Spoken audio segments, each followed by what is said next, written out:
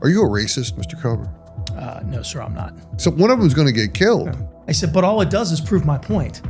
If you have more police officers in a concentrated area that are visible, it's going to reduce crime.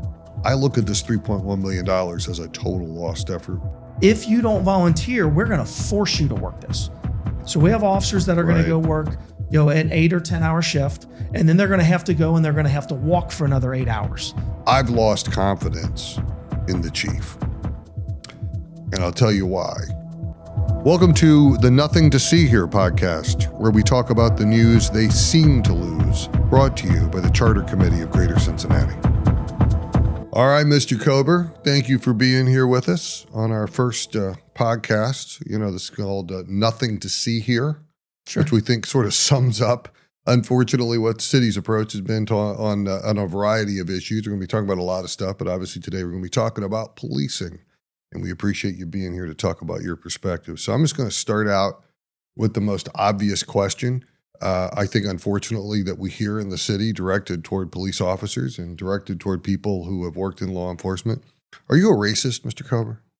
No, sir, I'm not. Yeah, neither am I. I opened up my social media this morning and I found this lady that called me, tweeted at me about 3 a.m. that I was, quote, a racist piece of shit. That's what I found after recently announcing that I was running for city council. So I just, I feel like I almost have to defend anytime we talk about policing, because it's so intertwined with these kinds of questions about race and things like that. So I wasn't trying to be provocative. I'm just saying, like, every time it feels like we talk about any kind of issue with policing, race becomes an issue.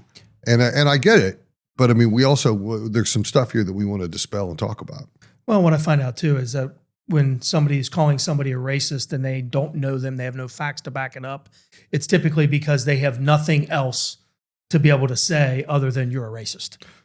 I think that's right. I mean, this particular person was responding to me. I actually was invited to go to an NAACP block party in Avondale, which is what I spent my Saturday afternoon on, and spent some time with the Urban League there, and had a photo of myself there. And that was the response was, you're a racist piece of shit because you went there and therefore you're using, it's just, there's an absurdity to it all. And it really is something where we're not really getting to talk about numbers and data and what's really going on, which is why I really want to talk to you.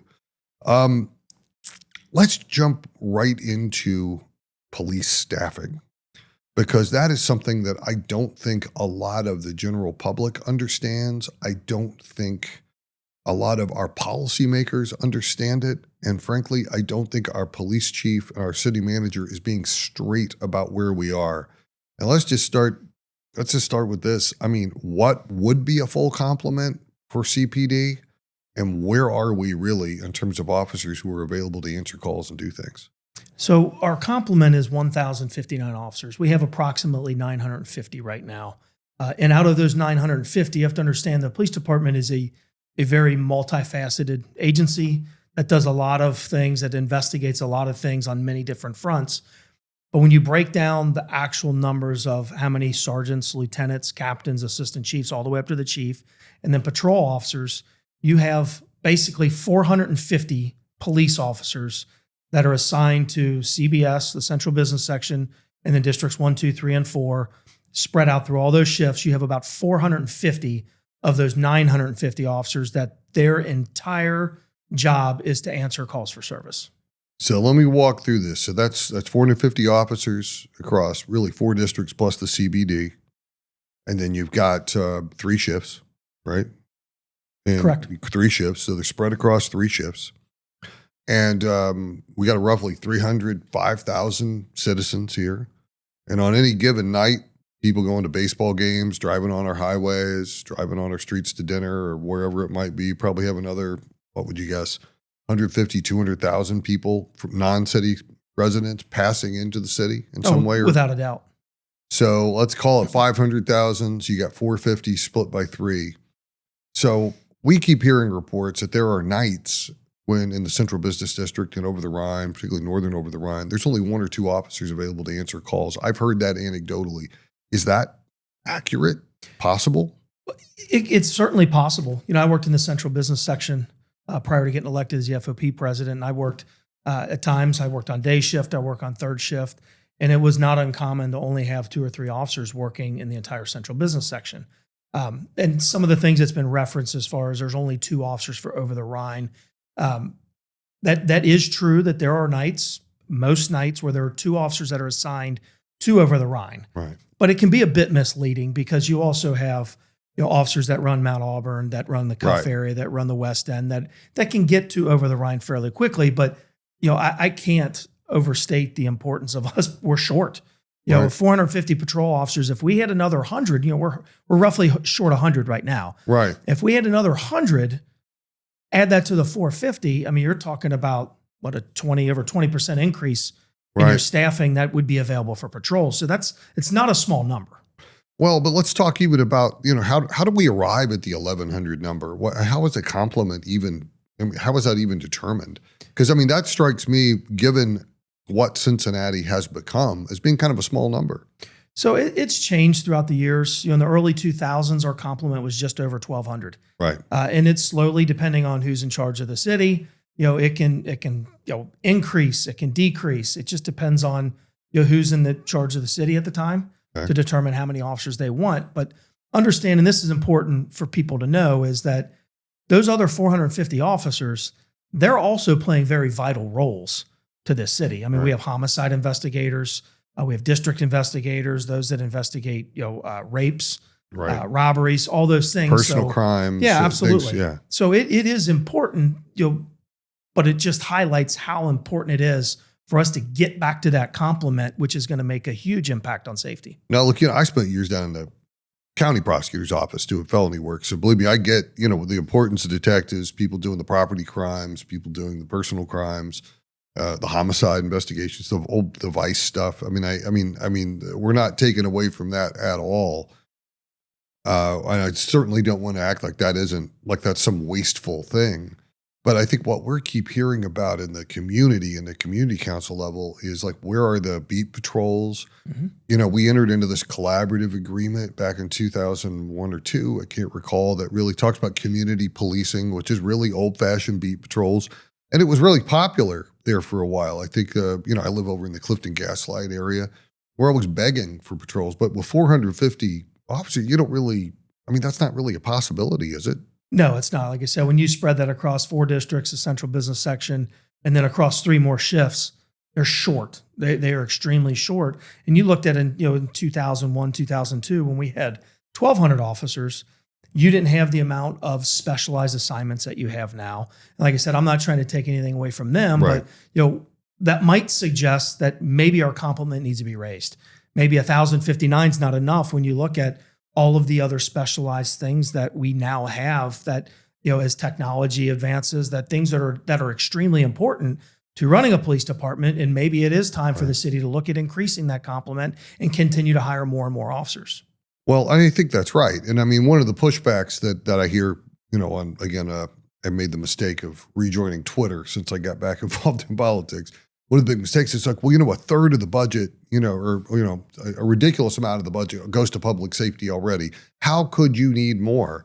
And my pushback is, number one, if you look at most large municipalities, it is roughly 2/3 of the budget goes to police and fire. That is the primary job of a municipality, is to keep people safe. That's just the reality.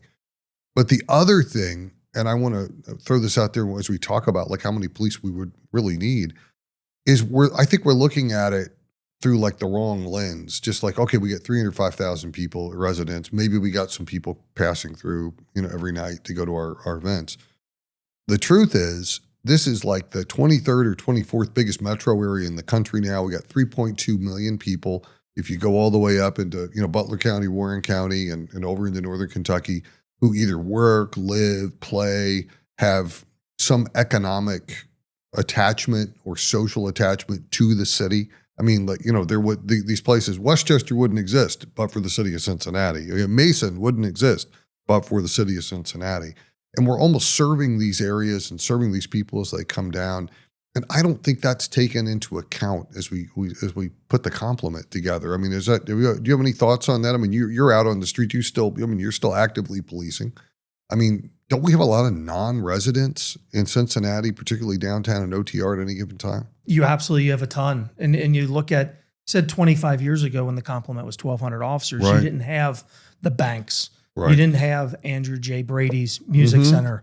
You didn't have all of these things. I mean, you look at the revitalization of the Duke Energy Convention Center and a massive amount of people that is going to bring Right. when that's done next year. And yet our complement continues to seem to dwindle. And if we're going to keep a vibrant city, I don't know that you can put a price on public safety. They go, oh, well, it's a third of the budget. But you look at the money that's being brought in, we have to protect these people. The only way you continue to have a vibrant city is to make sure it's safe.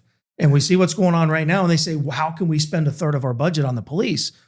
Look at the crime stats. Right. That's why I would suggest that they spend more and get more officers in here. That way the crime stats can go down even lower and lower and lower. And then you're going to attract more businesses. You're going to attract more conventions, all of those things, because people want to come to a safe city. And the police want to do it, but when you're being stretched thin, it makes it extremely hard to do. Well, and you get a lot of frustration too, because people say, well, where are the police? You can't find police officers when you want them is what I hear about. But I mean, also, to your point, if there's, if somebody from Westchester, gets robbed at gunpoint downtown, you don't actually, and the officer responds, you don't get to say, well, hey, you're from Westchester. We don't have to help you. I mean, like there are problems when they're in the city. And that's one of the things we run into too on basically on infrastructure too, because we have a lot of non-city residents driving our streets every day. And that, pay real and not really other than, unless they actually have an office here, they're not contributing to our, to the tax base in any way. So, I mean, that's like one of the classic problems in a mid-sized American city with big suburban areas where, people are, using our services, using our roads, calling our fire department when they have a crash, calling our EMS when they have a crash, calling our police when they get robbed or hurt, but they're not contributing to it. So, I mean, that's something that we just have to, I guess, deal with, right? Yeah, I mean, without a doubt. Like you said, it's going on around all the cities in America. Right. That's where it's going to take strong leaders at City Hall to figure out how do we navigate through these problems. Well, let's talk a little bit about the community responder program. And I know you had written and that's really kind of how I came up with the idea of having you on the podcast, was I read the piece that you wrote in the Cincinnati Enquirer talking about this community responder program that the current administration has pushed. And, I will just say I agree. I personally, I know I can't speak for the whole charter slate, agree with every word that you wrote there. But I want you just, if you would, to kind of expound on that, explain what community responders are. I mean, you say it's like a backdoor way of defunding the police, and I don't disagree with that. But if you could kind of explain to us what that is, because there's a lot of people that don't understand it, and when you do tell them about it, they ain't happy. Yeah, so you have to understand there's two very, very big differences between ARC, which is the alternative Right. response to crisis, and the community responders. And sometimes people decide that they want to try to blend the two together. Mm-hmm. And the reality is you can't. The alternative response to crisis are professional firefighter paramedics from the city of Cincinnati, and they pair them up with a mental health professional that is trained to deal with people that are experiencing mental issues. So they will go out and they will respond to low level. If it's somebody calls and says, "Listen, I'm not feeling well. I think I need to go to the hospital because I'm experiencing some kind of mental crisis, but I'm not violent. I'm not. I don't want to hurt anybody." Right.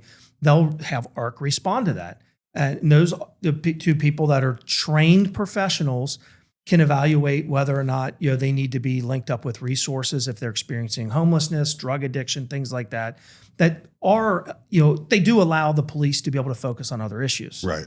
So that was something that in our collective bargaining agreement that we entered into with the city of Cincinnati in 2024, we agreed to that. We agree that there are some things that would be better served with other professionals than maybe the police dealing with. That way we can focus on other things.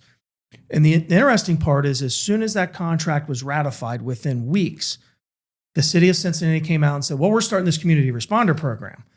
And we looked at what they wanted them to do. They were going to have them respond, and they are currently responding to auto accidents, to trespass runs, which are these trespassing runs. It's a criminal offense. Right. And they want these community responders that have very little, if any, training to go and respond and try to mitigate these situations. When this program came about, the FOP sent the city a letter and said, if you're going to do this, you must negotiate it.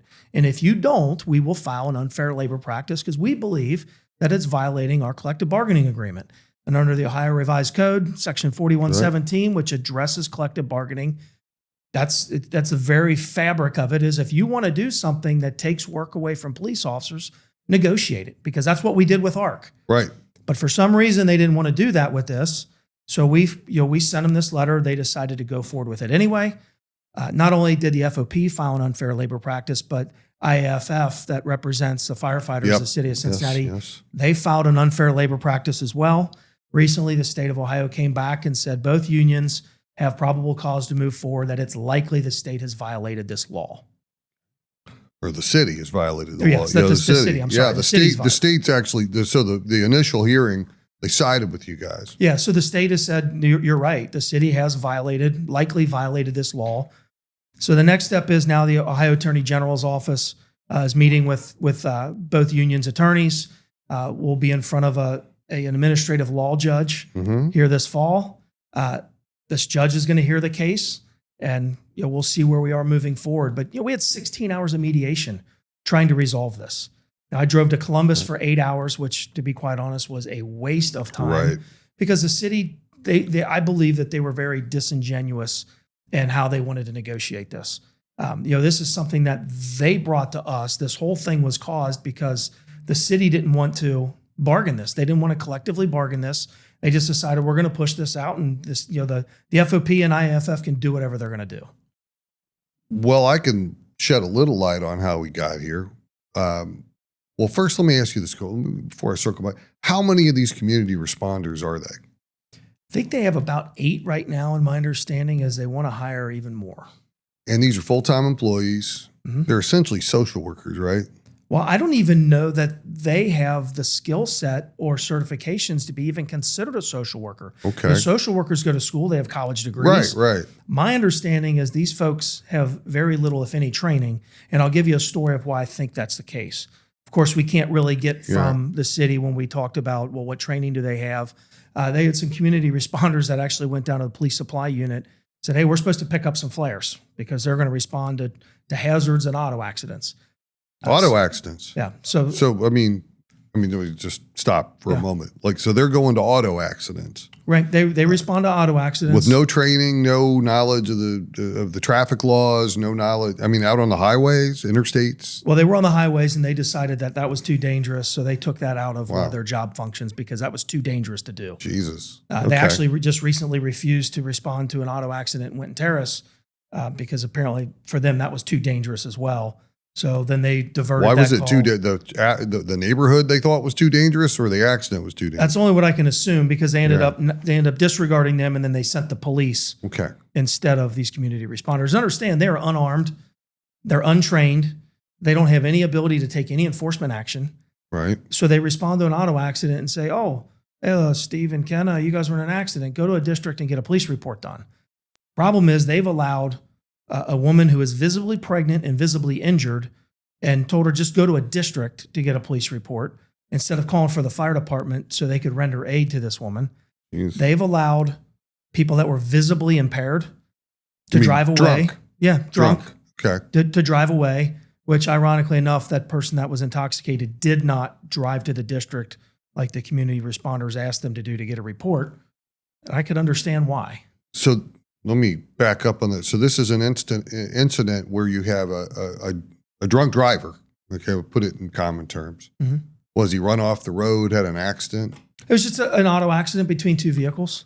So they told the drunk guy to go report himself. Right, along with the other driver. So the other driver responds to the district and says, hey, I was involved in this accident. But this guy that's not a cop showed up and said, you should just go to a district and get the report. He goes, why would they let somebody that was drunk, that drunk guy that hit me, they told to drive away and go to a police district. And those are the things that are occurring on a daily basis with these community responders. Well, we're having a hell of a time getting any information about the community responders, frankly. So we don't, I mean, do they have any kind of training? Do we know anything about how they're even hired? I mean, they're not, I mean, are they civil service employees? They're not in the union, right? They were as far as I know, they're unrepresented employees, which could cause a problem with other unions. But yeah, I don't know. It's like I said, trying to get information about what they actually do. And this was part of, the discussions that I've had in mediation is, well, what are their functions? And they gave this job description of what there are. And I'm like, I have problems with this. No, well, they're not doing those things. And so it's very, very unclear. And in fact, I've had city council members that have called me as recently as yesterday. They've said, what do they do? What is this program? I haven't heard of it. So I don't know. Well, they voted for it. Well, they didn't. Well, they didn't. I thought it was in the budget. This was not done through city council. Oh, this was done through the city manager's office. There have been at least 6 council members that have called me and said, hey, can you tell me about this community responder program? Well, good for them. This came out of the manager's office, not from city council, not from our budget. We don't even know what this is. Well, I got to say, somebody approved money somewhere. I just tell you how it works. Like, there's not a dime spent there that council didn't appropriate in some way. Now, it may be in some sort of general fund where the city manager has some sort of discretion over it, but the money comes from, it's taxpayer dollars. How much do they make? Do you know? Do they get paid hourly? Is it salary position? What do they get paid? They get paid, their salary range that I've seen in these job postings range from like $60,000 to $91,000 a year. Okay, with full benefits, et cetera? Correct. Yeah, they're full-time city employees. Okay, so they get pension matches and all that kind of stuff? 401k option to the city pension, probably. Oh, yeah, I would assume so. And they're not in the police command structure? No, they're not. They're assigned to the Emergency Communications Center. They're not assigned to the police. They're not assigned to the fire department. Which is under the city manager. Correct. Okay, so these are people that are, and I now I feel bad because I've been calling them somewhat derisively social workers being sent out on police calls. They're not even social workers. No, as far as I know, they don't have any kind of college degrees, anything like that, which is part of why the FOP agreed to ARC, because these are professionally trained people to deal with these things. Yeah. Where the community responders, as far as I know, they're not. What? They don't have training. They don't have college degrees. They don't have the skill set nor the training, because they figure this program was put together, I think, December of 2024. Right. And they were put out on the streets weeks later. So there's no way that they could have gone through any kind of comprehensive training that, let's say, a Cincinnati police officer has to go through 28 weeks of training. They have to get certifications from the state. They have to get a certification through the city in order to be a sworn police officer. I don't know that any of that's gone on. Well, I've come around on the ARC stuff, and I'll tell you, and I know some of my friends in the fire department are still not happy about it. I don't want to make them angry, but I'll just say, I spent years, I've had a lot of addiction issues in my family. And for years, I was on the board of the Center for Addiction Treatment. That was the first, opioid based rehab here in town. It was the only opioid detox place. It was one of the first places to have Narcan. We actually brought Narcan into the city. We're among the first. Kind of had to fight state law and local law on Narcan. Now it's everywhere. So there's so many people that I know that the fire department and the EMS particularly encounters that are homeless or that have, are using fentanyl, using opiates, or, and it's just like you could arrest them, but nothing's really going to happen to them anyway. They're just going to be back on the street. So the idea of having someone like this ARC to kind of help, who has actually some medical training and can identify and screen these people and maybe push some of them into some services rather than just cycling them through the justice system, all for it. Smart use of funds. Difficult. I understand it steps on some fire department and EMS toes, but I get it, and there's some training there. This community responder stuff is just, from my standpoint as a former prosecutor and somebody who's on a community council and has to listen to complaints all the time from the community about policing. It's insane. And one of my good friends, Lakita Cole, who told me the other day, she's like, we were talking about this.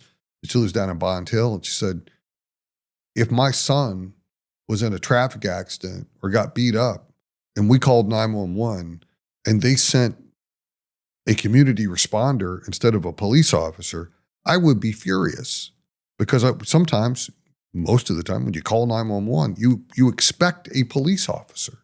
Without a doubt. And that was part of, my contention with this was there is space where community responders and the police could coexist.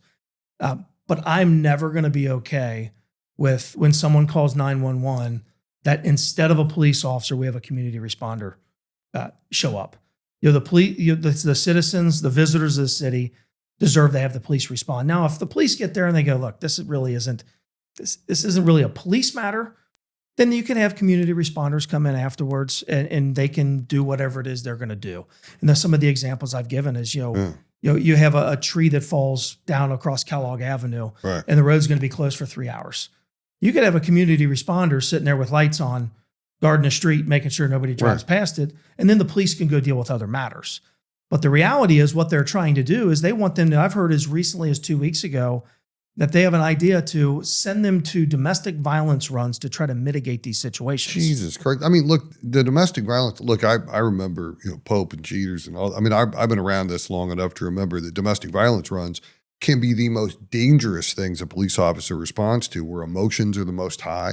There's a reason why the state law requires people to surrender firearms and so forth and agree to restraining orders when they're charged with domestic violence. It is a serious situation. I mean, people are out of their minds sometimes when they're going through breakups or divorces or there's just long-term abuse. I mean, that's the time when you need a police officer the most, right, I think. Right. So let's just take outside of whether it's going to be a violent situation, but we have police officers killed around this country consistently on domestic violence runs. And you're absolutely right. It is one of the most dangerous runs really outside of probably a traffic stop that an officer can go on. But let's just pretend that that's not the case right now. The state of Ohio says someone responds to a domestic violence and you can identify the primary aggressor, you must make an arrest. Yep. These people have no training. They have no ability to enforce any law. So they're going to have them show up to a domestic violence run and try to mitigate this and then allow these two people, one of which is assaulted, maybe both of them have assaulted each other, and then you're going to put them back in their very home. This is a recipe for disaster. I can't imagine the liability the city would have if they allow a community responder to show up to one of these runs, allow a couple that have been arguing to the point where it's gotten physical, let them go back in their house, and then 2 hours later, one of them's dead. What, just give them a good talking to, I suppose? I mean, it's insane. And I mean, and it's like, so meanwhile, the city is investing in all these domestic violence prevention scenarios, and they're spending all kinds of money on it. And look, I think you're being too nice saying that there might be a place for this stuff. This feels like the kind of thing where if we had unlimited funds, maybe we could have some folks tag along on these calls. We don't have unlimited funds. I mean, these are 8 positions that could be police officers, really. No, without a doubt. Now, like I said, I'll as much problems and as much things I don't agree with that the city does, I will say that they have been absolutely committed to hiring police officers. We have a class of 58 that just started on Monday. Yep. We have a lateral class that's going to start in January. But my question becomes, and this is where my skepticism is, how long is this going to continue? Because to your point, if we continue to hire these civilians that have no business doing these things, they're going to be spending money there. Sooner or later, they're going to go, well, we don't have money to hire more police officers. Right. And that's going to be the issue. Right now, they can say all day long, we're going to hire as many police officers as we can because we're still 100 officers, 110 officers short. By the end of the year, we're going to be probably 160 more short, which then, of course, you'll have a class graduate. But trying to get back to that complement is going to take years unless they continue to have these lateral classes, which, to be quite honest, they weren't going to fund. The pressure of the public, and the violence that they've seen in this city, I did everything I could to advocate that we hire these officers. And in the 23rd hour, they decided to fund it, which I'm thankful for. Yes. But my understanding is But it was a heavy lift for you guys. They weren't going to fund I recall that. It was a heavy lift for you guys to do that. And I mean, and that's even assuming, as we said before, that what the current complement isn't, I mean, it feels to me almost like some made up number that is too low. I mean, it's not reflective of what's really going on in our streets, particularly with the non-residents here every day. No, exactly. Because I mean, you could say, well, you only have 300,000 citizens, but I mean, let's look at the Reds that are going to be in town this week.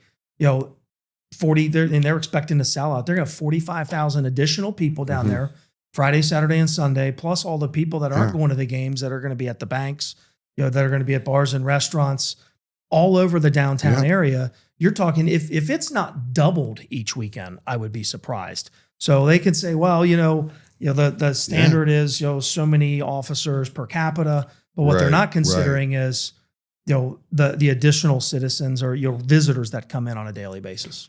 I say this as a longtime Reds fan. You're right. We're unfortunately at the part of the season where people are going to go down to see the Dodgers. They're seeing the other team.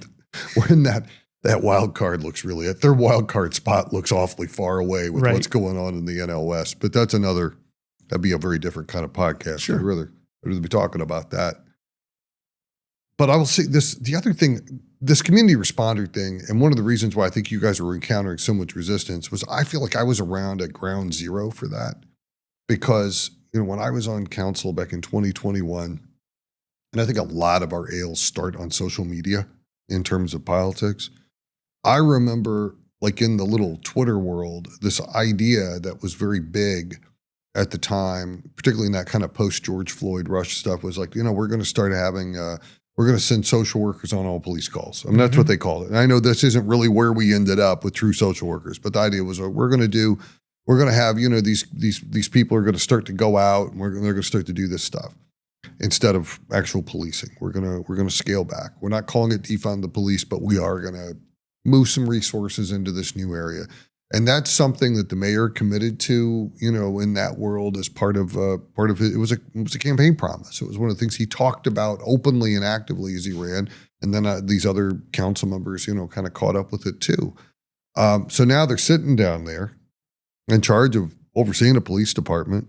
They've committed to this thing politically. You can tell, I was just watching this public safety special session that was held today. We're recording this here on the 23rd of July.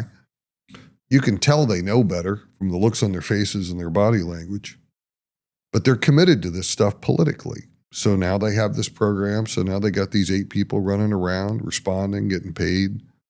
Nobody knows who they are. They don't have to wear body-worn cameras, do they? No, and that's actually a really important point. Is you could have cars that ran out of gas. Right. You're going to have a community responder throw a citizen in a car and have them go get gas. What if something occurs? What if it's just a simple auto accident that they have no video of? What if that citizen accuses that community responder of committing a crime? It could be, you name it. It could be inappropriately touching them, assaulting them, any of those things. And there's no record of it. And I think what these politicians have learned is it was not popular, and they found out real quick, it was not popular to go, we're just going to defund the police. Right. But what they're trying to do now, I believe, is they're trying to limit the interactions that the police have with the citizens. And if we do that, then we can say, well, we're not defunding them, but look, we're going to have them not go on runs, and we're going to send these other people on runs. And the end result is, are they going to eventually go, well, you don't need 1,059 police officers? I mean, they're already keeping statistics on how many runs these these community responders are going on. That's not by accident.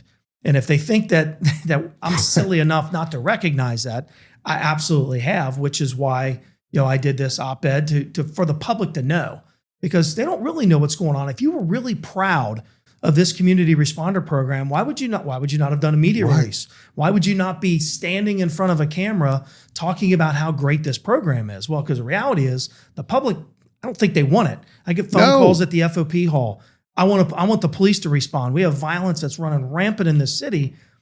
I don't think most people are going to want a community responder to show up and tell you, hey, if you need a police report done, go to a district. Well, the biggest critiques I've heard of it are coming out of the Black community.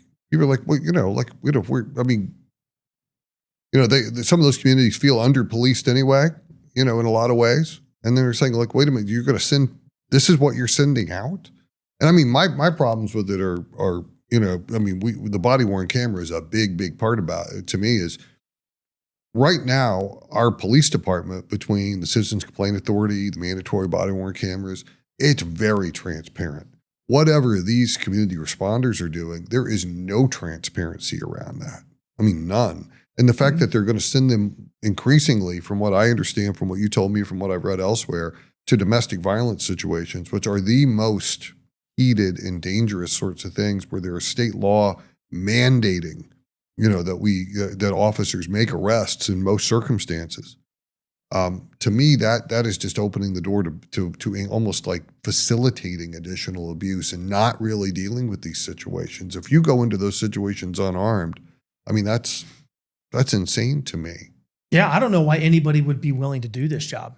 Right. I was just thinking the same thing. So one of them is going to get killed. Yeah. But then what I will say with that is, the pushback that they've given their supervision of, they were originally going to respond to hazards and crashes on the highway. And they got out there and started to and went, this is way too dangerous. I'm not doing this. So they go to their supervisors and go, this is way too dangerous. We're not going to do it. So they go, okay, never mind. We'll just send the police to that. So they're picking and choosing what they're going to have them respond to based off of whether or not it's dangerous or not. That should be very telling. The work of a police officer is extremely dangerous. They're extremely well trained. You should leave letting first responders be the police officers to deal with these situations, not these unarmed people that have very little, if any, training. Well, what's ironic to me is one of the things I remember 25 years ago when I was working in the prosecutor's office. Jesus, more than 25 years ago. The years are flying by here, Mr. Kober. Sure. But one of the most controversial things at that time was the old Citizens on Patrol program. And, back when they would go, there were issues with getting enough people to walk the beats. And I remember neighborhoods like Northside and Clifton, and you go to an academy and you wear these jackets and people would literally walk around and try to, either do some basic deterrence or get some intel to pass on to the police officers they weren't supposed to engage. But Citizens on Patrol was a big deal. And that became sort of a bad thing over time. Everyone was like, well, wait a minute, these guys really aren't police officers, doesn't look good. And it became a political liability and Citizens on Patrol went away. But now it sounds like, and it was sort of demonized and kind of made fun of and it was stupid. And maybe it wasn't the right thing. But now the community responders sound like Citizens on Patrol on steroids. So they actually have cars and are actually getting stuff from, off the scanner and actually going and responding in a way. Haven't we kind of come full circle with something that we thought was kind of dumb back in the day and now we're doing it worse? And on top of it, they're paying them up to $90,000 a year. Yeah. Where before you had citizens that lived in the community that were doing, and I'll be honest, I worked in the early 2000s in Northside and Wynn Terrace, those neighborhoods, and there, and even College Hill, there was a lot of value in having people in their own neighborhood that would just drive around and they would just observe things. Right. They weren't getting involved. Right. But they were kind of our eyes and ears when we weren't able to be there. But that's not what this is. This is, we're going to replace the police with community responders. The Citizens on Patrol weren't replacing the police. Right. They were, like I said, they were just kind of the eyes and ears that did not involve themselves. It was almost, like the movie with Paul Blart, Mall Cop, where he would observe and report. Right. That's what the community or the Citizens on Patrol did, and they were valuable. Why they got away with it, honestly, I really don't know, because they were invested in their communities. Right. But these community responders, as far as I know, they're not people that are patrolling their own neighborhoods. Right. These are city employees that may not even live in the city of Cincinnati, which is fine. But to your point, is like, how do we come full circle that this program was a bad idea to turn around and now we're going to implement this, we're going to do more things, and now we're going to be spending taxpayer dollars on it. It's nuts. Well, let's talk about Citizens on Patrol for just a minute, because I have mixed feelings about it, because I remember you mentioned Northside. So when I came back to Cincinnati in the mid 90s to go to school, law school here, I bought an old house in Northside. I rehabbed myself, and Northside had some issues, say circa 1995 through 1998 or 9, when I was living on Turl Street there, right off Chase and parallel to Hamilton Avenue. Yep. And the Citizens on Patrol people, actually, I helped them raise money and get it together. And we thought they did make a difference. But it also, it was controversial in Northside. Everything's controversial in Northside. Sure. As you might imagine, everything is controversial. About saying good morning to someone is controversial in Northside sometimes. And I love the community, but there's a lot of back and forth there. Is there a space for something like that now? I mean, I always saw it as being like an outgrowth of the old neighborhood watch. Like when I was a kid in the 80s, everyone used to have the little dog logo on their window to say, our neighborhood is a neighborhood watch house and everything, which really was just my mom snooping on the neighbors, but still it was something, Sure. you know. I mean, is there a place for that kind of an organized thing anymore to kind of maybe be a force multiplier? There is, and I'll tell you why. So I was a young policeman running Northside, had a partner at the time, and they got away for a while of actually having organized community-oriented policing units. We now call them neighborhood liaison units, but at the time they didn't have them. What they did in place of that is they assigned every officer on every shift, whatever beat you ran, you were that shift's basically neighborhood officer. Gotcha. I would routinely get emails from community members that lived in Northside, and they would say, hey, look at this. I got a complaint of this. I got a complaint of that. Well, there was one woman down there, her name was Sharon, that was absolutely fantastic. And one night I get an email about a guy that we had been watching that we knew that was selling crack. Right. And we just could never figure out what he was doing, how he was doing it. Well, I get an email that says, hey, by the way, so-and-so has been selling crack. He rides around on a bicycle and he hides the crack in the left handlebar where the grip is broken. Okay, and that's very specific. Pretty good information. Yeah, that's good intel. Well, of course, one night it's about 3:00 in the morning and we're driving down Chase near Hamilton Avenue, and here comes a bicycle on the sidewalk with an adult with no lights, no bells, things that just basically it's a good probable cause reason to stop him. Right. Of course, we stop him. He sets his bike down. First thing I do, shine my flashlight. Look at that. I can see a baggie of crack in there. Wow. We make an arrest. That's where the impact is because I wouldn't have had that information otherwise. But that's somebody in the community that lives there 24 hours a day, 7 days a week, that decides that they want to partner with the police to make their community safer, because we can't do this on our own. It does take these community partners, and there is certainly a lot of value in that. And I would routinely get emails, and it could be something as, hey, this dog keeps on barking at 2:00 in the morning, and I don't know why. Right. We drive by, when we find out, well, it's because he gets up to go to work, and he lets his dog out at that time. So you go have a simple conversation of, hey, listen, the neighbors are complaining. I get it. You have to go to work. Any way you can try to mitigate how long your dog's going to bark instead of, they didn't realize it was going on. Well, I'd let my dog out. I go take a shower real quick because I got to be at work at 3:30. Yeah, no problem. I can change that. So those are small quality of life issues. Well, that would be community policing. Without a doubt. They used to go. That's what they, Yeah, without a doubt. And you were staffed enough to a point and organized up to a point you could do. We also had 5 districts then. Sure. And another 200 police officers back then. Absolutely. And a smaller population back then. Absolutely. And not all the stuff downtown at OTR to. Sure. Yeah. So the footprint, even though the footprint of the city of Cincinnati hasn't changed, the businesses have, the entertainment, they've grown all of those things, but what they haven't done, they haven't grown the police department. Right. Yeah, there was no soccer stadium back then. There was no Brady Center back then. U.S. Bank, well, I guess Heritage Arena has double the shows, I think, now that they used to have. It's crazy. Well, we only had, at the time, too, one sports stadium. Right. So now there are times where they have events at Paycor. There are times where they have events at Great American Ballpark that are outside of the normal just sporting events that we have to staff. And it draws people down here to that. And the only way that they're going to continue to get those draws of people, get that that economic growth going, is by ensuring that Cincinnati's safe. And if that means we have to hire 300 more police officers, hire 300 more. Well, I just remember, was it last summer, the summer before last, with the Taylor Swift thing? I mean, that transformed the city for about 3 days. Sold out Paycor for 3 nights? Yeah, I think it was 3 nights. Awesome. It was awesome. Well, but they understood what they were doing when they picked Paycor, because it pulled all the fans from basically as far down as Lexington up and as far down up as Columbus down. They knew what they were doing. I mean, we are so well situated for those big things. But I thank you for Northside. I was just thinking about this. I may have interacted with you back then. I remember my biggest problem was I hired a guy to paint my house on Turl Street, and he painted half of it and then took the money I gave him for paint and spent it on crack and then was hiding from me. So I had a half-painted house for about a month. And finally some of his family came over and told me where it was. And I remember interacting with a police officer. They were like, hey, I don't even care if he's arrested. I just could you make him come finish my house? Sure. And he did after about a month. But that might have been you. It might have been some community policing. Could have.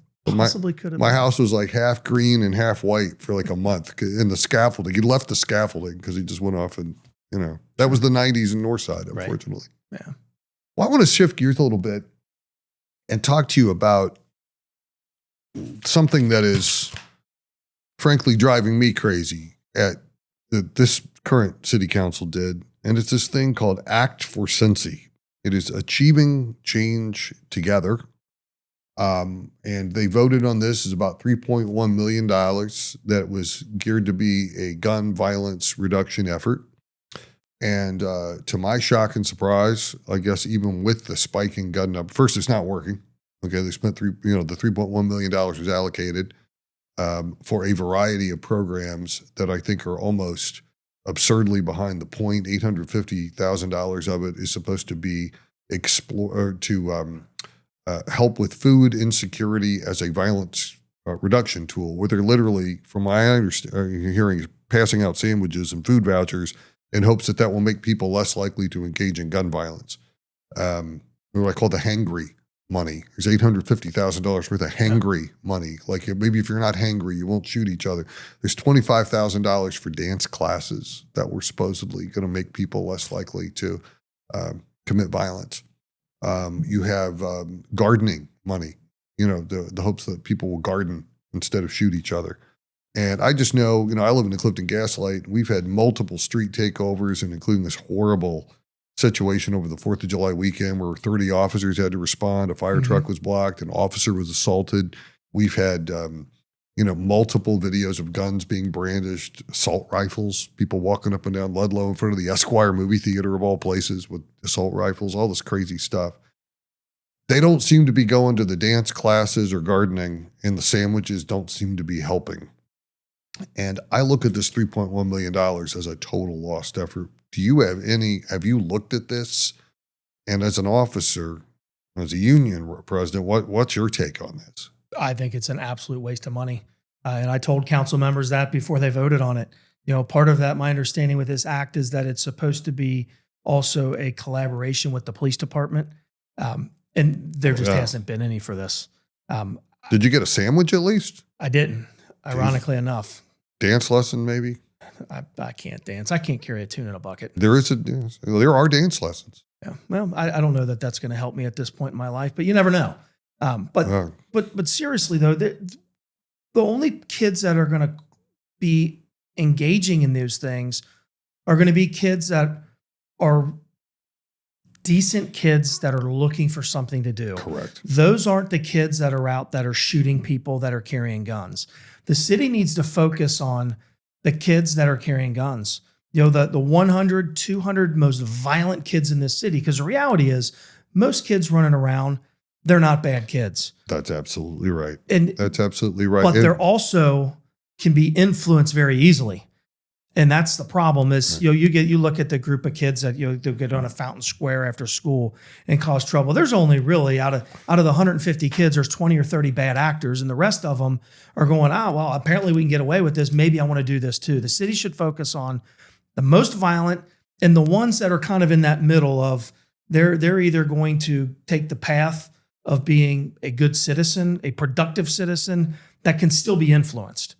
And the ones that can't be influenced because they're the ones that are the criminals, right? Those are the ones that we need to go after and deal with them. And this saying, hey, we're gonna get you a sandwich and we're gonna teach you how to dance. The kids that are shooting each other, they're not showing up. Well, this is $3.1 million, as far as I'm concerned, that they have just pissed away. They're taxpayer dollars too. I always say, every time I see the guy, the custodian cleaning my building, I'm like, we've taken, he pays city taxes out of his check every week because he comes downtown and works, and they're taking his money and spending it on this stuff. It's all going to United Way. There's no metrics at all that I can tell. We don't know if it's been effective. We don't even know who's getting the money other than a couple of the nonprofits. There's a couple in here that are actually, I think, pretty thoughtful. There's that Mitch Morris's group gets a little bit of money. I mean, that guy's the real deal, out in the community. But a lot of this is just stuff that is well-meaning but goes nowhere. And I was thinking, my God, if we had $3.1 million, that we could have taken some of that toward additional overtime or high visibility overtime. We could have hired additional officers with some of that. You could have hired several officers.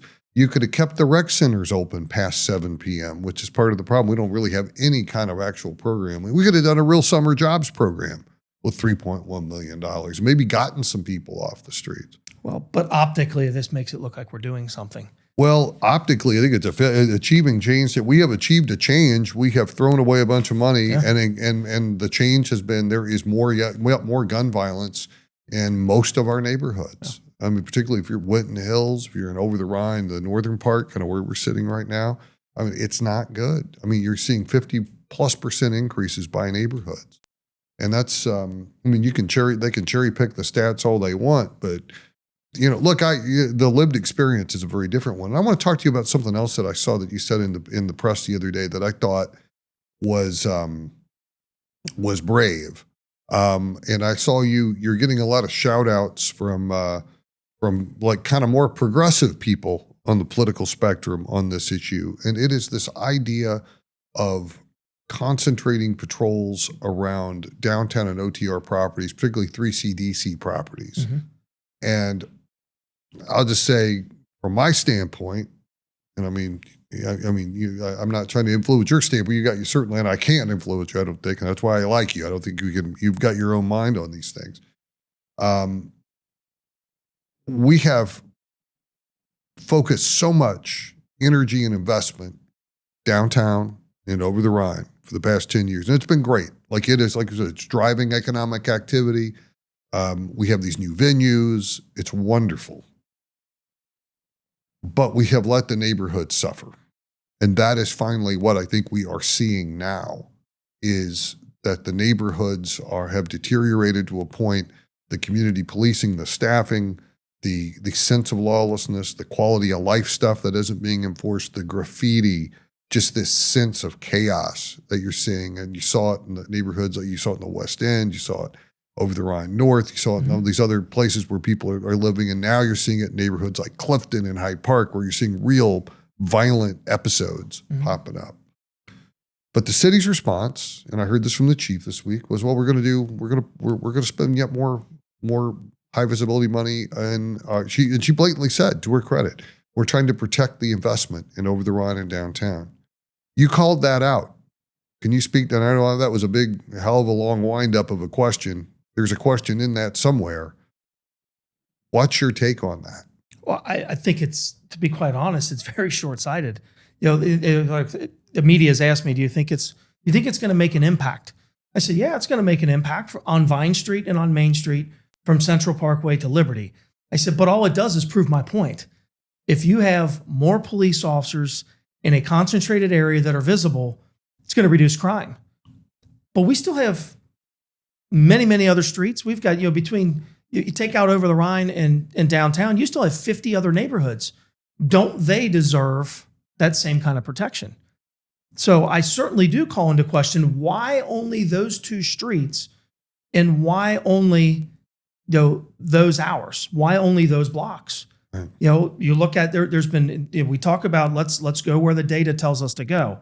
There's been one homicide on Vine Street this year between Central Parkway and Liberty, and that was a 15-year-old that was screwing with a gun with a 14-year-old inside an apartment. This wasn't like it was a street robbery. Right.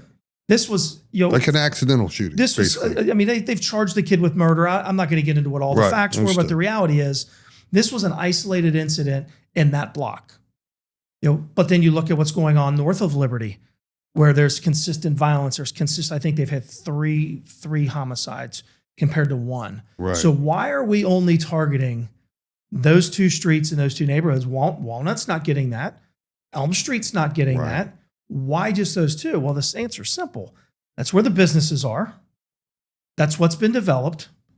And I'll just say it, by 3CDC. Right. They're protecting the investments of 3CDC. You look at north of Liberty, hasn't been developed as much as south of it. It doesn't make any sense to me. Do we not worry about the other 50 neighborhoods?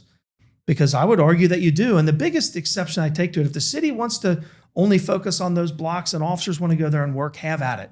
I'm all for officers making as much money as they can. Where I draw the line is when we were told, if you don't volunteer, we're going to force you to work this. So we have officers that are going to go work, an 8 or 10 hour shift, and then they're going to have to go and they're going to have to walk for another 8 hours. Now, if they don't want to do it, first of all, what kind of quality Right. are you going to get from that officer? He's Right. likely or she is likely going to have a negative interaction with whether it's a business owner, it's a visitor, it's a citizen. Because I can tell you, if there's something I don't want to go do and I'm being forced to do it, what effort am I going to put into it? And the answer is likely not as strong as if you were volunteering to go do it. So that's where there's a lot of questions are to why. Why are you forcing them to do this and only in these areas when you have all these other neighborhoods that I'm sure that would love to see an extra policeman as well, but we're only going to focus on 2 streets in the same neighborhood and only certain blocks. It just doesn't make sense to me. And like I said, I'm puzzled why that would even happen. And I can't get a straight answer out of anybody as to why. Well, I think there's a lot that we can infer from all of that because, and I think it kind of goes to one of the big issues that our charter party has always had with the city. And it's one of the reasons kind of charter has come and gone over the years. But one of the issues we've always had is this idea of a lack of transparency and special interests being able to call up and get stuff done at City Hall to the detriment of the neighborhoods. That's something that has haunted this city from the beginning. I mean, that's really, back in 1924 when the Charter Party started, with Murray Seasongood and Charles P. Taft fighting against Boss Cox. Like, the old story back then was a lot of Cincinnati wasn't paved. A lot of the roads weren't paved. Back then, you had to be connected to the Republican Party and go through your war chair to get a paved road. If you were politically connected, your street got paved. If you weren't politically connected, your street didn't get paved. Mm-hmm. And now we're back, here we are 100 years later. It sounds like if you're politically connected, you get a patrol. You get a forced overtime patrol. If not, what we've been told up in Clifton is to try to hire, off-duty officers. But since what we're dealing with there is after-hours activity, try getting someone to do a patrol starting at 2 a.m. It's just not possible. Right. My understanding, the city's footing the bill for all this. Oh, yeah. And it's not a small bill. I'm guessing my just rough math is about $60,000 a week. Or, I'm sorry, a month. A month. I've heard that number a couple times. Yeah, about $60,000 a month. And like I said, the biggest exception I take to it is if they want to do this because they want to increase patrols and they want to target a specific area, that's beyond my control. But the exception I take is when you're going to force officers to do it. On July 4th, we got this really nice email from our police chief about how she appreciates all the work that we've done, but also going into summer, we have to recognize that we should enjoy our family, enjoy our friends. We should have a work-life balance and do all these things. But she appreciates the extra things we do for the city.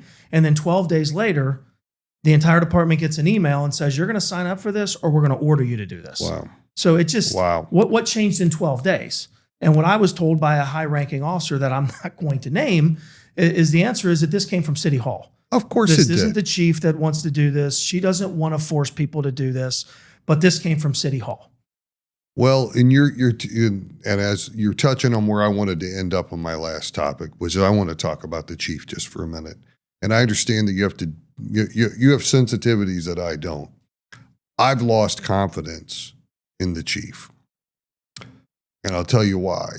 I watched the series of press conferences she's done with the mayor. And my understanding is, and I know the chief is not a true civil service protected position anymore. But the command structure is, and the city manager is. And there used to be independence from the police chief. The police chief would be the one down there advocating for the officers, advocating and pushing the electeds for funding, telling them, here's what we should be doing, here's what the data is, here's what the intelligence is from the street. And I'm watching these press conferences now, and she's providing political cover for people, okay? 2 weeks ago, there was no crime problem, okay? I mean, there were 2 or 3 press conferences that said that people like me, and a lot of them, she's shooting at me and others, not by name, but indirectly. And that's fine. It's fine. I've had people angry with me before. It's fine. I'll be just fine. But saying that, it's all rhetoric and that we're making up numbers and so forth, and it's all about the vibes, but it's not, it's not the real numbers. There was no crime problem for weeks for several. And now there's a special session to address crime, city council. Suddenly there's a crime problem because it just reached a point where the folks like 3CDC said, hey, we have a crime problem. Do something. Our folks are scared. Our businesses are off. And I'm watching these press conferences with her, And it looks to me like she's providing political cover from the electeds rather than pushing the electeds. And it looks like she's working for AFTAB and not working for you guys or working for us, the taxpayers. Where is the morale right now? What do the rank and file, what are the rank and file officers saying?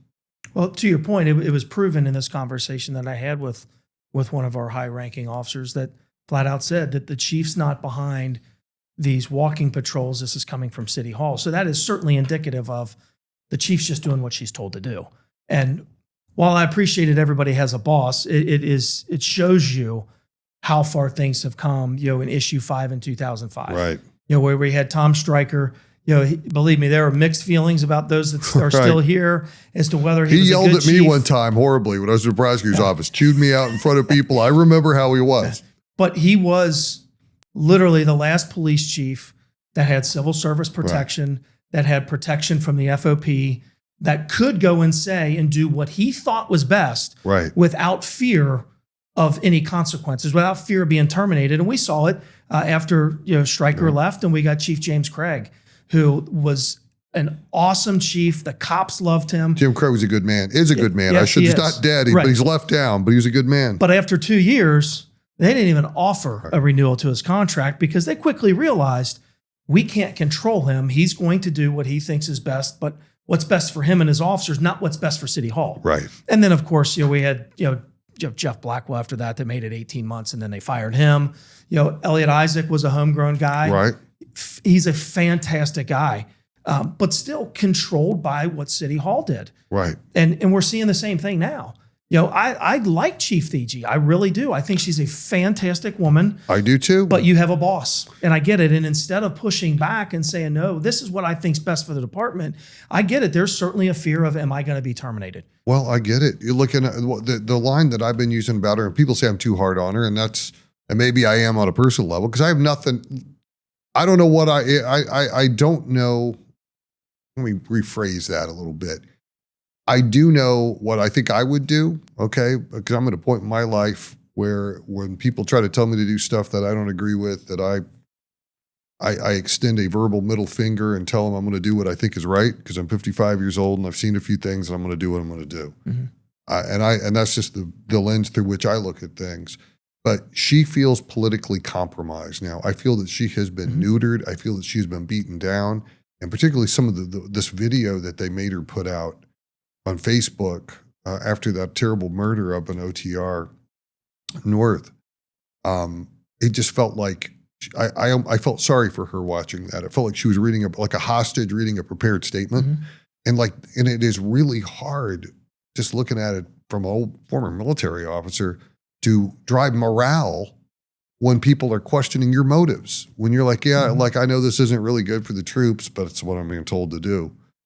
I mean, I can't imagine that morale is good day to day. No, the officers see it and they know it. And we discuss this regularly, is that, if she wants to stay employed, then she's going to do what the mayor says to do. And that's the crossroads that the chief has to be at is, are you going to continue to just do what you're told to do?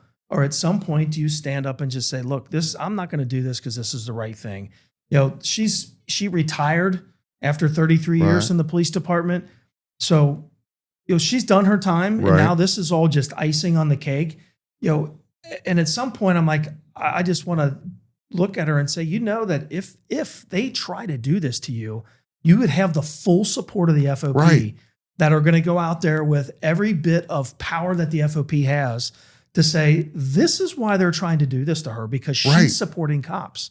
And I don't know. And like I said, I'm not the chief. I'm not in her position. Thank goodness. I'm in a position where I am free to go out and say what every other officer's thinking that can't. Right. And that's where I believe there's a lot of value in it. I get officers every day. They're like, keep saying what you're saying because you are dead on in what you're saying and how we feel. And that's what I appreciate about you. I mean, look, there's things that you guys, that the FP does that that the charter movement doesn't necessarily agree with, but you're an honest broker and you're out there speaking your mind. And we need more people speaking their mind. Because if we don't, the stuff like what she does, it creates cynicism and indifference and people giving up in the rank. And that's, people ask me, they say, are you running against, your ticket's running against city council? I'm like, no, we're really not. We're running against cynicism and indifference. People just thinking it doesn't matter anymore. It's never going to change. Nothing's ever going to happen. Mm-hmm. It's really like the only way anything changes is by people talking openly and honestly. Sure. And on that note, I am told with this flashing red light that we've been talking for an hour. Can you believe we just sat here and talked for an hour? Certainly doesn't seem like it. Yeah. Doesn't seem longer? I don't think it was so longer. No, absolutely not. This was awesome.